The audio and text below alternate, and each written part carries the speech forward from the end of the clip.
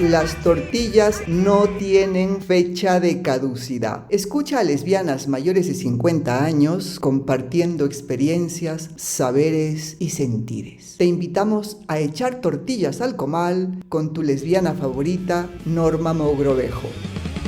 Mis amigas son unas terroristas, sus ideas son dinamita, son peludas, aborteras, muy lesbianas.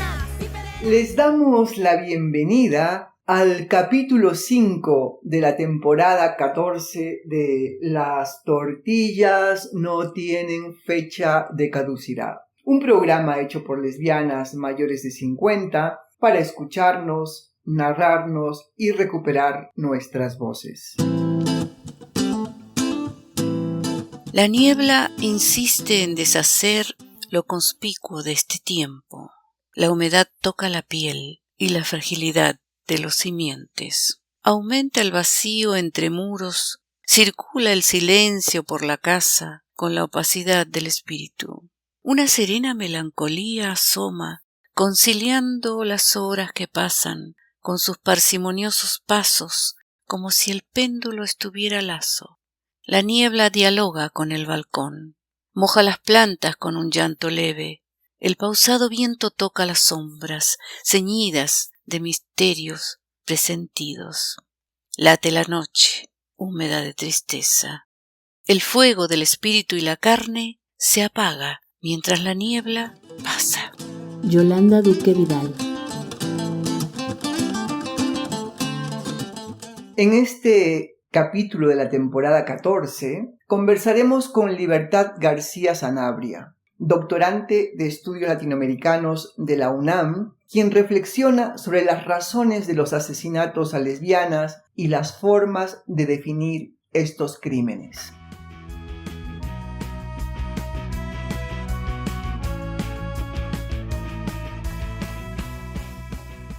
Hola, mi nombre es Ramona Libertad García Sanabria.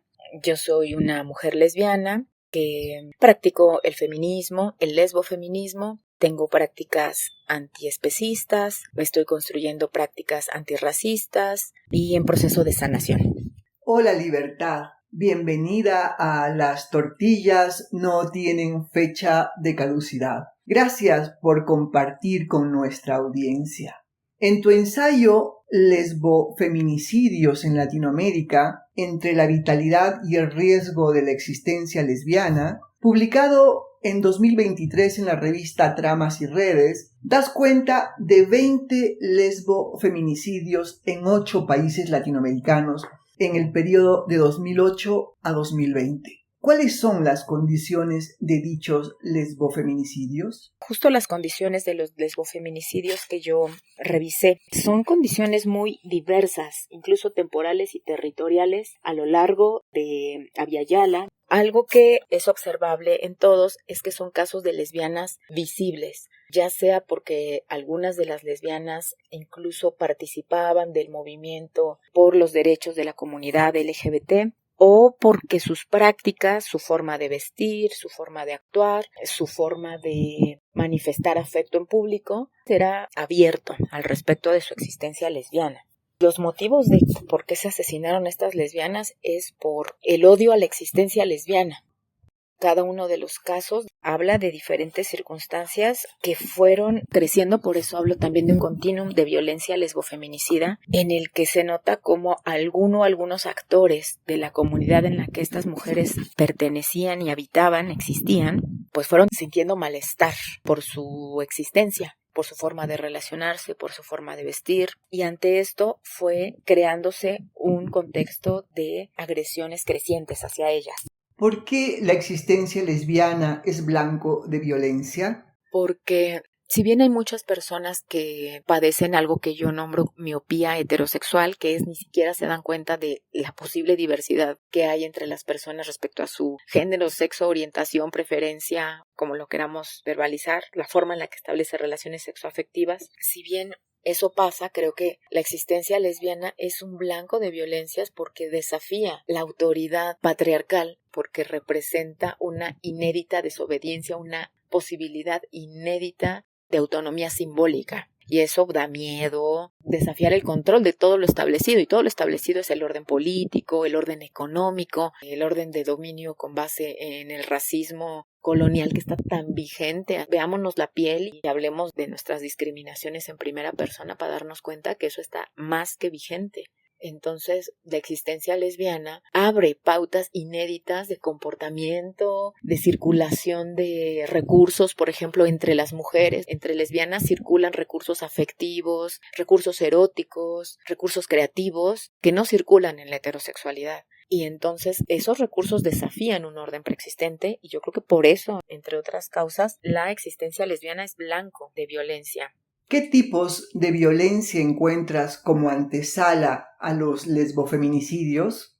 La agresión verbal, el exilio, el sexilio, el salir de las comunidades, de los barrios, de los pueblos, de las colonias, para irnos a lo mejor a la colonia de al lado o de más al centro, a un espacio que se lee más cosmopolita, progre, abierto, para poder existir. Son de las violencias que son antesala de una manifestación de violencia mucho más directa y fuerte. La negación, ninguneo, el negar recursos que a otros miembros de la familia sí se le proveen, como derecho a la tierra, en general a las mujeres y específicamente a las lesbianas, a las que se les niega el acceso a estos recursos vitales, pues las expone a ciertos tipos de violencia mucho más graves. ¿En qué se diferencia el lesbofeminicidio del asesinato de una mujer heterosexual? Pienso que principalmente se diferencia en las relacionalidades que se trastocan, en el impacto que tiene, en la lección que enseña, por decirlo en el lenguaje patriarcal, pensando en que son castigos.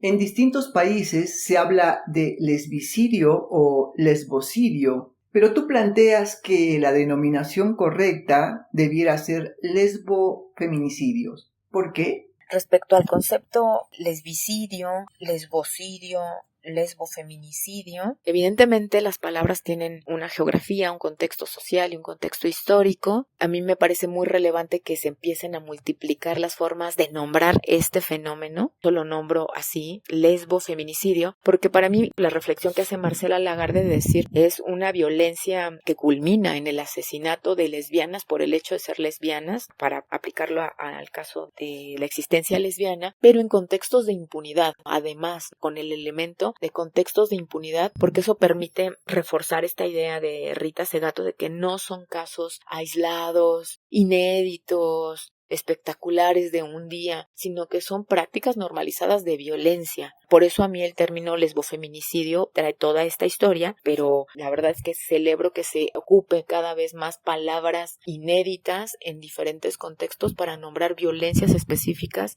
que vamos sufriendo las mujeres, las lesbianas, las personas no binarias y todas las personas que decidan empezar a nombrar realidades en primera persona.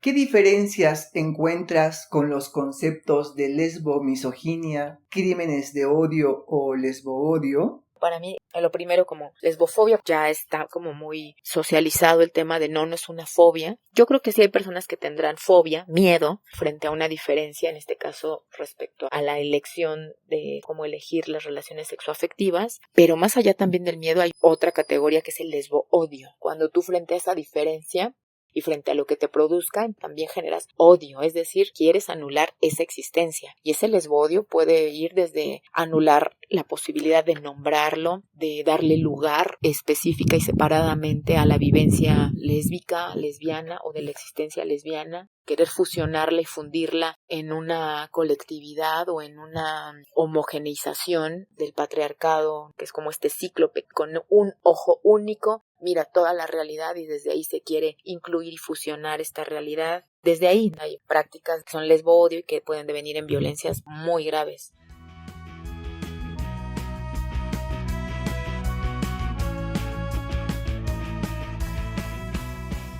Diversas autoras coinciden que a mayor visibilidad el odio patriarcal se renueva y envía gendarmes a quienes, con el uso ilimitado de la violencia, transmiten el mensaje de que el lugar de las mujeres debe estar en la obediencia irrestricta a los hombres. Entiéndase el servicio sexual, doméstico y reproductivo. Y también el mensaje de que el lesbianismo es una aberración, porque en las relaciones lésbicas no hay posibilidad a la autoridad masculina. Ser una mujer libre es una amenaza muy grave para el patriarcado. Ello ha implicado una declaración de guerra en contra de las mujeres y en particular contra las lesbianas. El saldo son los feminicidios y los lesbicidios. Sin embargo, las lesbianas resisten y se organizan para dar respuesta a los agresores y al sistema de justicia patriarcal que protege a sus gendarmes y los deja en la impunidad. De esta manera, terminamos la temporada 14, la que nos permitió entender las justificaciones legales que ha tenido el castigo de no ser heterosexual mediante la pena de muerte por cremación en la hoguera, por inanición, por ahorcamiento o expulsión. Una tradición que hemos visto sigue presente hasta este año con el genocidio cometido contra Pamela, Roxana, Andrea y Sofía. La política de desaparecernos, evitando nombrarnos, sigue presente al no considerar nuestra existencia en ningún registro, ni siquiera el de nuestras asesinadas, para no dejar constancia de que el lesbogenocidio sigue presente o que las lesbianas existimos. Nombrarnos nos dignifica. Nombrar nuestras desapariciones es una urgencia. La forma en que cada localidad defina nuestras muertes deja constancia de nuestro paso por esta munda. Lesbocidios, lesbicidios, lesbogenocidios, lesbofeminicidios, lesboodio, lesbomisoginia, muertes violentas o crímenes por odio. Todas dejan constancia de nuestra memoria histórica. No son excluyentes, ya que cada localidad enuncia definiciones que se adecúan a sus contextos, como muestra de la riqueza epistémica que vamos generando desde la experiencia lésbica.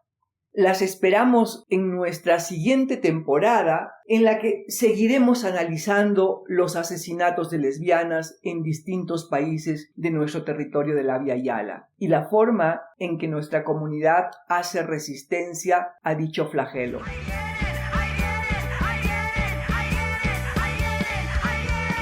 Las tortillas no tienen fecha de caducidad. Te invitamos a echar tortillas al comal con tu lesbiana favorita, Norma Mogrovejo. Sigue las redes de las tortillas sin fecha de caducidad en Facebook, Spotify y YouTube. No te olvides de suscribirte a nuestro canal para recibir todas las novedades.